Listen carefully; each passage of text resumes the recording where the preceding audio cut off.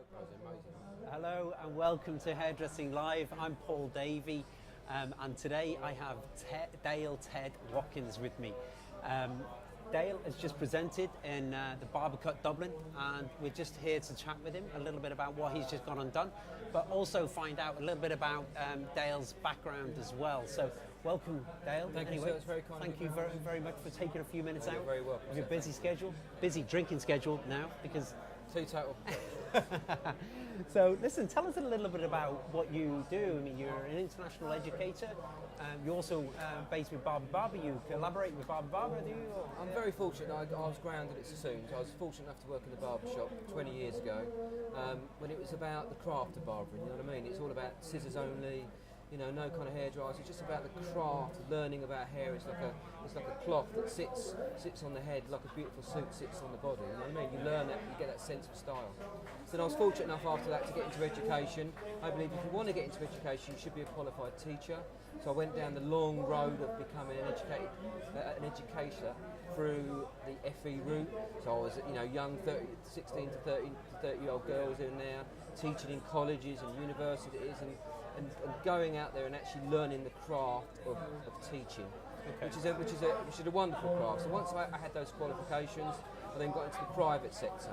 I started doing private education for salons, for various academies around the world, and then so I honed the craft that I'd learned in those academies, and I put them into another arena, which is the private arena. But prior to that, the reason why I was sought after, if you like, because I put all the groundwork in first.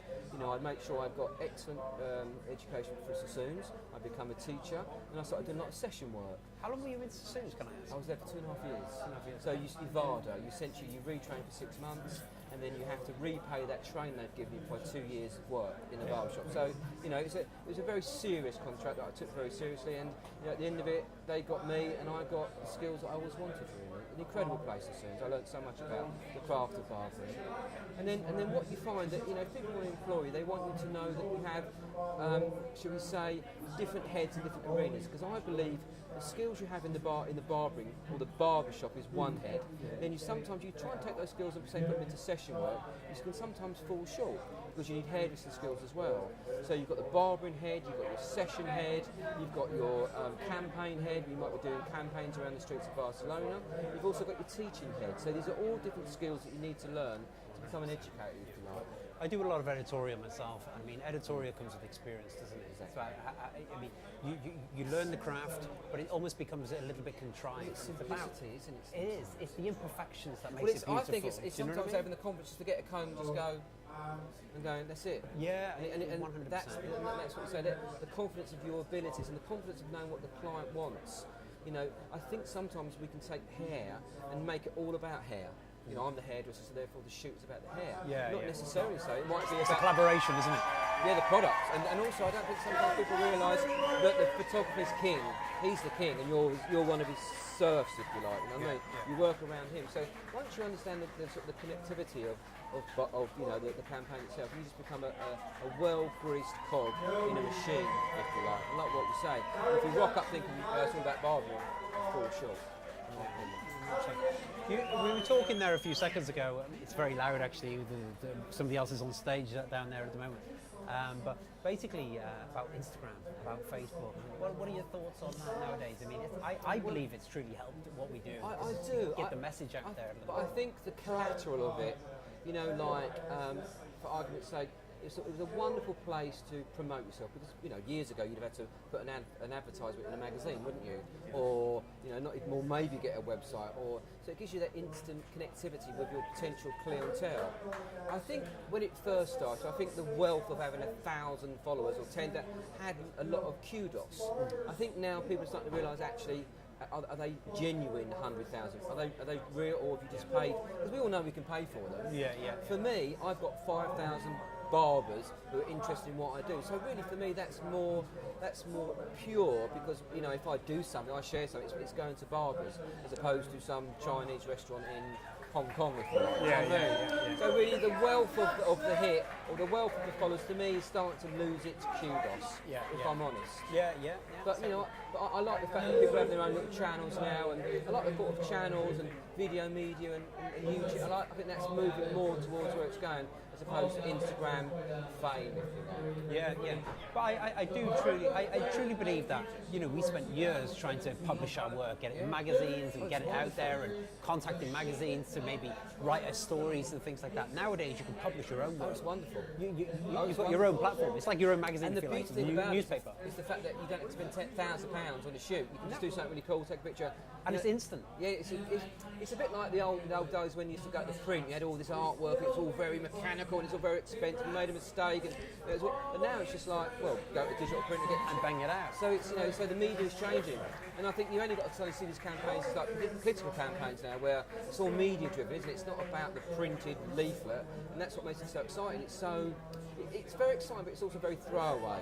Do you know what I mean? It's that hunger for more and more and more and more, which is great as long as the quality's there. You know what I mean? So, yeah, I'm a firm believer in it. I love it. I adore it. I try and enhance as much as I can. And it's an area I think I need to work more on, if you like. Do you know what I mean? Like we all do, don't we? Because it's always changing. It's exciting. Without shame. Listen, tell me about your website. Do you want to tell our viewers what the website is? Because you have a website which is educational. So I can hire you in to come in and do courses. What's the website? Mr. Johnny Barber. We got to meet each other about 2 years ago through my website, Watkins, which is my session site, and my City Boy site, which is about education using animations and videos to educate. You know, I do seminars, but I also have the learning resources for people to take away from the course. So that's City Boy. But now I'm working for Johnny on our new systemic campaign, systemic educational program. That's amazing, by the way. I've seen the video. Yeah, so we're going to promote our own system of doing it. You know, it's going to be very, very simple, very simplistic, very logical. You know, as you know, Zada, you're a great head. You know, it can be logical. You know, it's not always about art. It can be very systemic. So if you look at it like this, say you've got 4 blocks, and those blocks might be certain haircuts, like a graduated basic, a longer layer, or a shorter layer, or use of graduation. If you can imagine that if you zone it, so you can have a similar haircut, a similar length of hair on top, but change the length at the side. So if you have this block, this system where you can just interchange with blocklets. So the client doesn't want it that short, we'll use that block, we'll use a finger length block. If the client wants it short, we'll use a short back and sides block. It's that sense of interconnecting blocks that achieve many looks. So then the learner thinks, actually, I've only got to learn the 4 initial blocks and then another 10 blocklets, and that's my career. So it's very logical, it's very kind of target driven, it's very, very systemic, because, you know, learning is about achievable goals. You know, if it's too far for you to reach, the chances are you become very kind of disappointed with your progress, so you tend to leave. Whereas if it's very, you know, incremental and very logical, and there's a destiny, then or the end of the road, you have that skill. Great, next one, and then you have these kind of interconnecting blocks and blocklets, and allow you to then have a career in something that you love.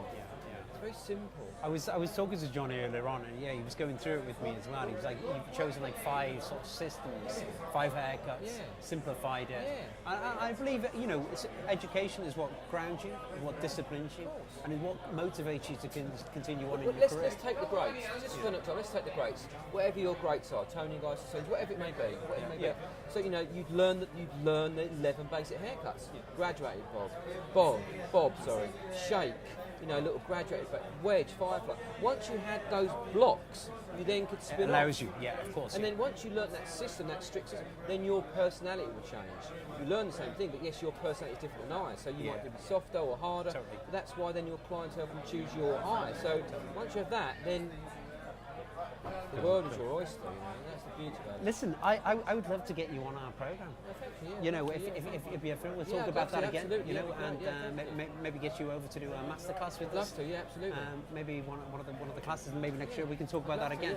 But listen, I just want to say thank you very much, Dale, for joining us. Anyway, I know you can go and have a few drinks now. Anyway, and relax. God bless Thank you very Thanks, much. my friend. All the Cheers, best. my man. Thank you.